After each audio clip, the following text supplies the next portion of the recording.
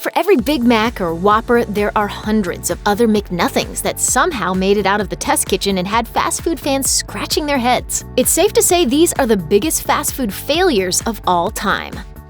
The French fries are pretty good. French fried potatoes? Yep, French fries.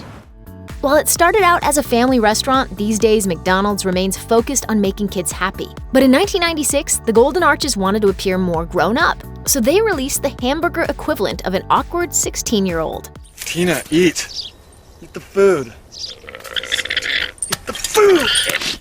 The Arch Deluxe featured a quarter-pound patty on an artisan bun with peppered bacon, lettuce, and tomato. McDonald's promoted it as the burger for sophisticated tastes, but this off-brand attempt was an epic failure. Hey, McDonald's, just do you.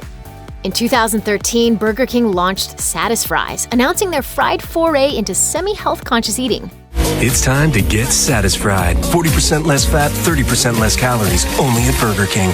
But BK's Satisfries were more like saddest fries, and the lower cal side failed for many reasons. First of all, everyone knows French fries aren't a health food.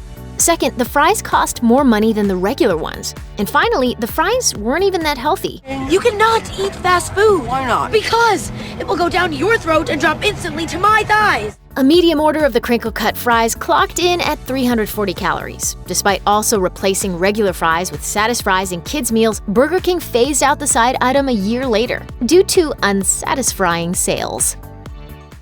Welcome to Wendy's. Good evening, Wendy. Before they became known for sending out epic tweets, back in 2006, Wendy's wanted to give Subway a run for their money. So Wendy's launched a line of healthy deli sandwiches. Not until we come up with a name. How about Frescata? Dig in. But although the Frescata sandwiches were a fan favorite, Wendy's pulled them from the menu less than a year later because prep was difficult and slow. The artisan rolls were baked fresh and every sandwich was made to order. Wendy's may be all about freshness now, but it doesn't look like they'll be offering any Frescatas ever again. Hey, where's the meat? While it might have helped launch the career of Seinfeld's Jason Alexander, the McDonald's McDLT wasn't a successful burger, even though it graced the menu from 1984 until the early 1990s. Could be the best tasting lettuce and tomato hamburger ever! McDLT. The McDLT was served in a styrofoam container, which was the main reason for its demise.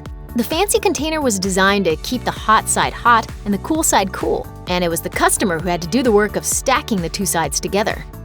When those that are kept apart finally come together, it's not just good. Meat is fantastic. McDonald's grill master Ken Fortin told Serious Eats that a lot of McDonald's locations couldn't properly prepare the burger, saying, "There was a special heating-cooling machine that we had. It was like a rack heater, but cold on one side and hot on the other. I think a lot of locations just used regular heaters, so customers only ever got warm burgers. Lukewarm burgers? We're not loving it."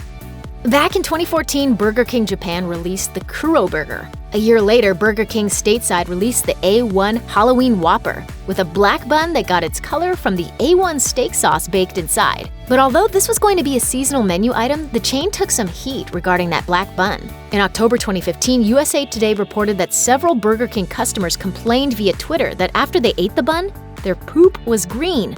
You gotta be kidding me. Everything you just said is my favorite thing to do every day.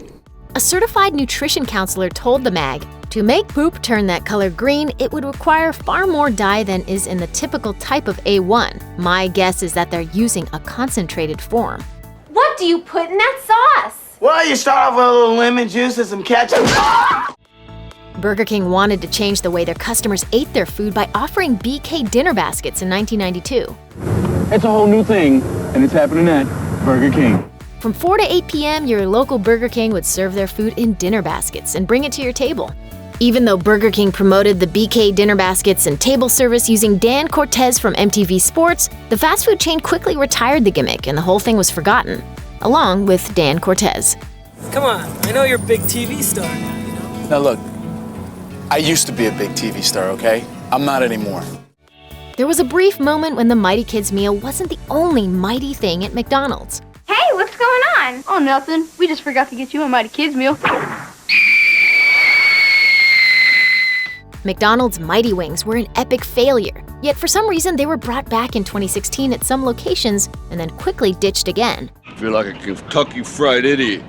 When McDonald's launched the product at the start of the 2013 NFL season, they were charging $1 per wing. Considering you can get a McDouble for the price of a measly little chicken wing, they weren't exactly a good value.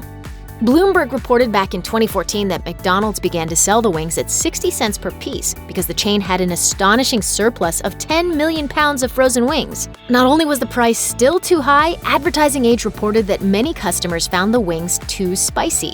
Of course, any spiciness can be cured with a dip and some ranch dressing, but we all know how stingy they can be with the dipping sauces at the drive-thru. No soup for you!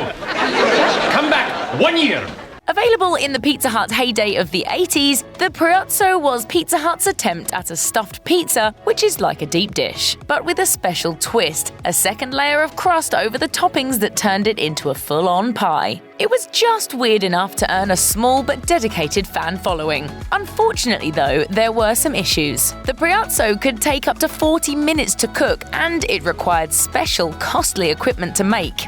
In the end, it just wasn't cost-effective, and the Priazzo was dropped after only a year. If you were around in the 80s or 90s, you may remember when Wendy's offered a buffet that was so spectacular, it was known as the Superbar. With 3 stations that offered a selection of salad, pasta, and Mexican dishes, the Superbar had something for everyone. Featuring salad by Selena, fettuccine by Frank, tortillas by Teresa, and everything a la Al. Assuming Wendy's could actually keep the Superbar stocked, that is. With so many choices available all day long, it proved to be a logistical nightmare to keep up. And with prices dipping as low as $2.99 per person, the all-you-can-eat feast was often a loss leader, driving Wendy's to finally dump it for good. Try the fettuccine, it's fabulous.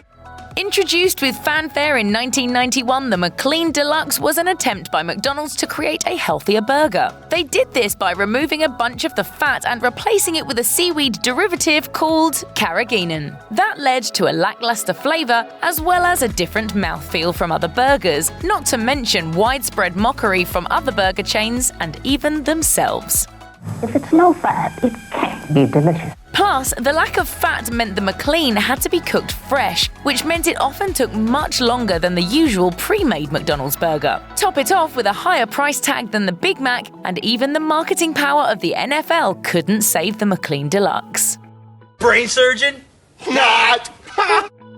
Eager to jump onto the make fast food healthier bandwagon, Dairy Queen tried to give fans a healthier version of their famous buzzed-up concoction of candy, treats, and ice cream, the Blizzard. Enter the Breeze, which was just like a Blizzard but made with non-fat frozen yogurt instead of higher-calorie soft serve. So what's the problem with that? Well, for one, the mix-ins. Sure, you could choose some healthier choices like fruit, but once you started dumping candy, chocolate bars, and crushed cookies into the non-fat cholesterol-free frozen yogurt, a Breeze was suddenly not a healthy treat anymore. And if you're not going to be healthy, why not just order a Blizzard to begin with? The Christian Science Monitor reported that so few people purchased the product, stores were left with frozen yogurt that would go bad before they could use it up. Eventually, Dairy Queen gave up and discontinued the Breeze entirely.